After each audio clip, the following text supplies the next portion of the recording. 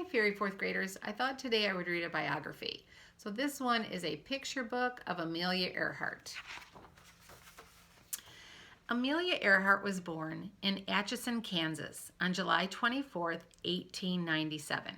Her parents were Edwin Earhart, a lawyer for a railroad, and Amy Earhart, the daughter of a wealthy judge. In 1900, the Earharts had a second daughter, Muriel.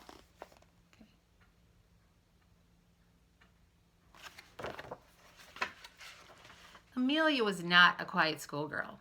She threw mud balls, jumped over fences, played baseball and football, and shot a rifle to rid the family's barn of rats.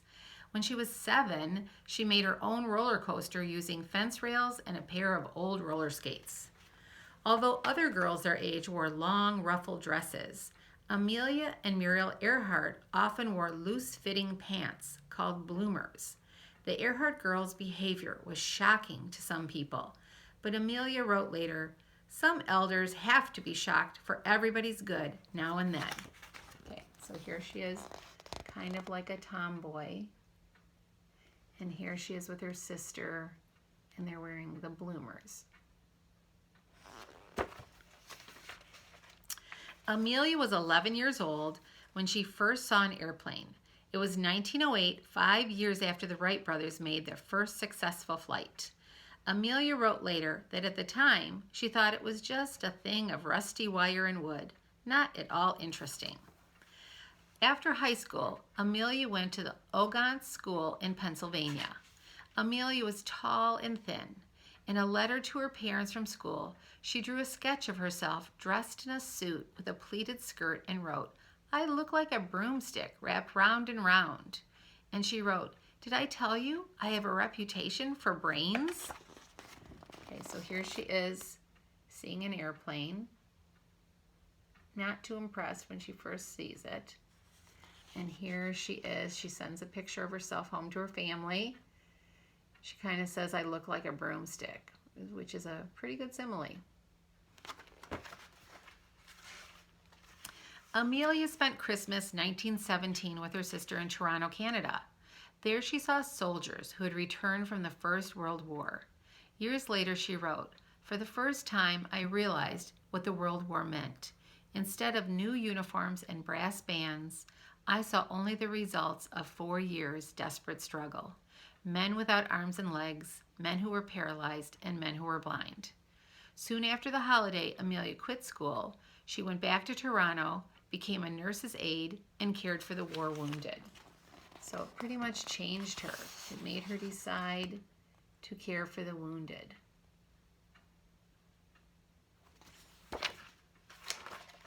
When Amelia was in Toronto, she went to a nearby airfield and had another look at airplanes.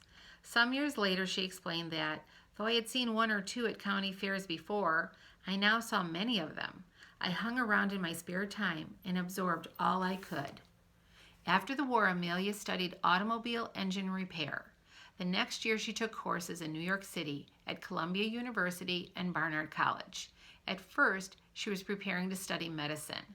Later, she decided to do medical research.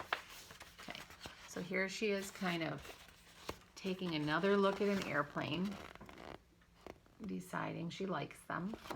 And then here she is kind of studying and doing medical research.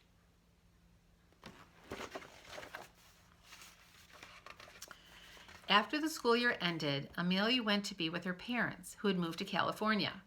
On Christmas Day, 1920, she went to an air show, and 3 days later she paid $1 for a 10-minute airplane ride. "As soon as I left the ground," she wrote later, "I knew I myself had to fly." So in January 1921, Amelia took her first flying lesson.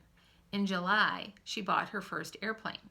She paid for the lessons and airplane with money she earned working for the Los Angeles Telephone Company and with money given and loaned to her by her mother and sister.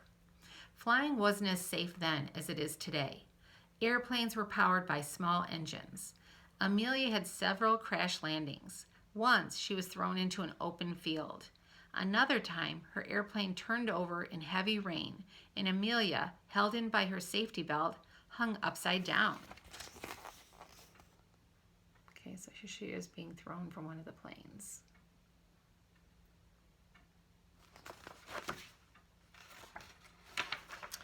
In 1924, Amelia's parents divorced. She sold her airplane and bought a yellow sports car and drove her mother east to their new home in Medford, Massachusetts.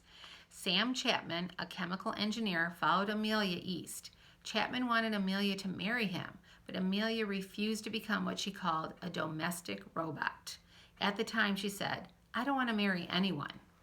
On weekdays, Amelia had a job as a social worker in a community center in nearby Boston, teaching English to immigrant children. On weekends, she flew for sport and as a saleswoman for an airplane builder.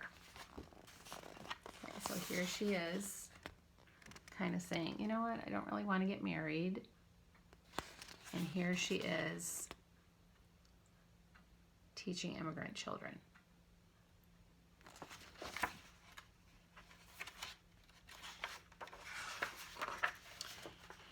In May 1927, Charles Lindbergh became the first to fly across the Atlantic Ocean.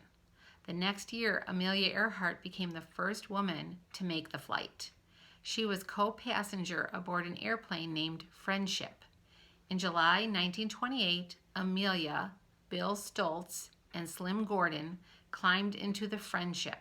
It was painted orange, so it would be easy to find in case of an accident, and was fitted with pontoons, so if they couldn't complete the trip, they could land on the ocean.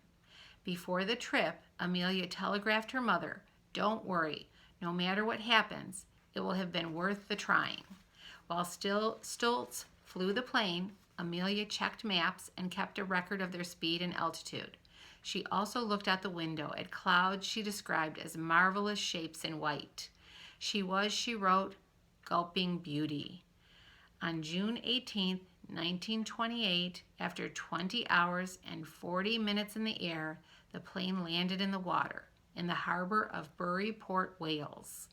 Amelia described the flight as a grand experience, but since she didn't pilot the plane, she said she felt like baggage. Okay, she was kind of an assistant on this flight. When the three flyers returned to New York, they were given keys to the city. They were driven in open cars in a parade down Broadway. People leaned out of offices for a look and threw down confetti to celebrate. Amelia Earhart was the first woman to fly across the Atlantic Ocean. She was an American hero. Okay, so here they are in their parade.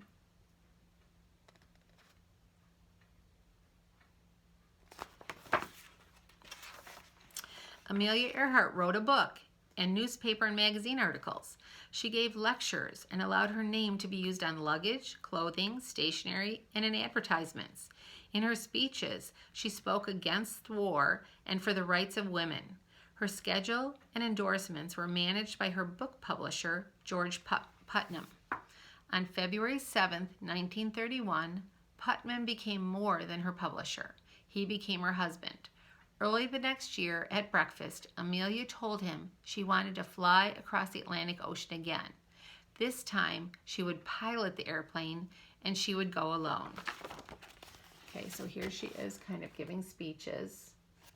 And then here she is getting married.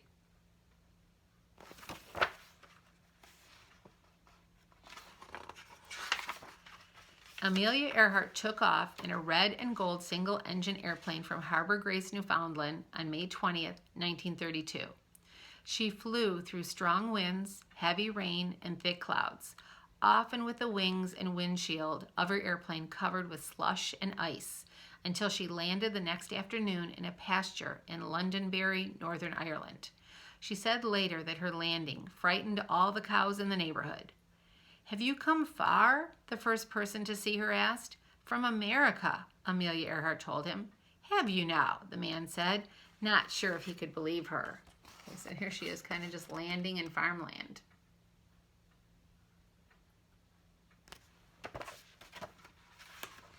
With this flight, Amelia Earhart became the very first woman and just the second person after Charles Lindbergh to fly alone across the Atlantic Ocean.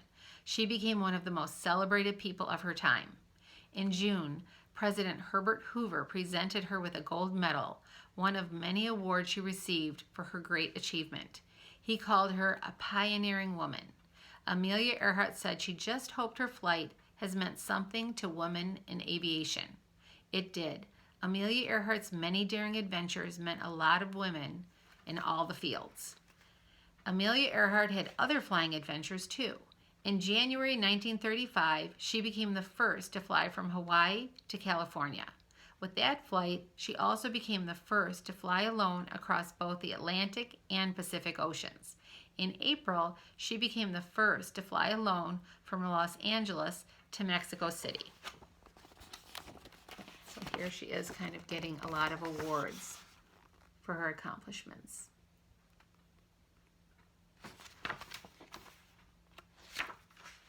In 1937, she planned to fly around the world.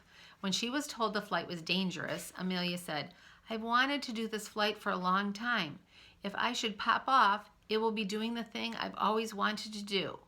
On June 1st, 1937, Amelia Earhart and her navigator Fred Noonan began the trip. They flew from Miami, Florida to San Juan, Puerto Rico. They flew to South America, then to Africa, India, Burma, Thailand, Singapore, Indonesia, Australia, and New Guinea. They had been gone for more than 3/4 of the way around the world. On July 2nd, they took off from New Guinea for Howland Island, a tiny island in the vast Pacific Ocean. They never made it. Amelia Earhart and Fred Noonan disappeared somewhere in the Pacific Ocean. There was an enormous search, but they were never found. Okay, so here she is getting ready for her trip. And then here, the ocean and the search. Before she was lost, Amelia wrote to her husband, "I am quite aware of the hazards. I want to do it. Women must try to do things as men have tried. When they fail, their failures must be but a challenge to others." Amelia Earhart was America's first lady of the air. She was a courageous flyer, a pioneer. She risked her life to prove that in the air and everywhere else, women were up to the challenge. She certainly was.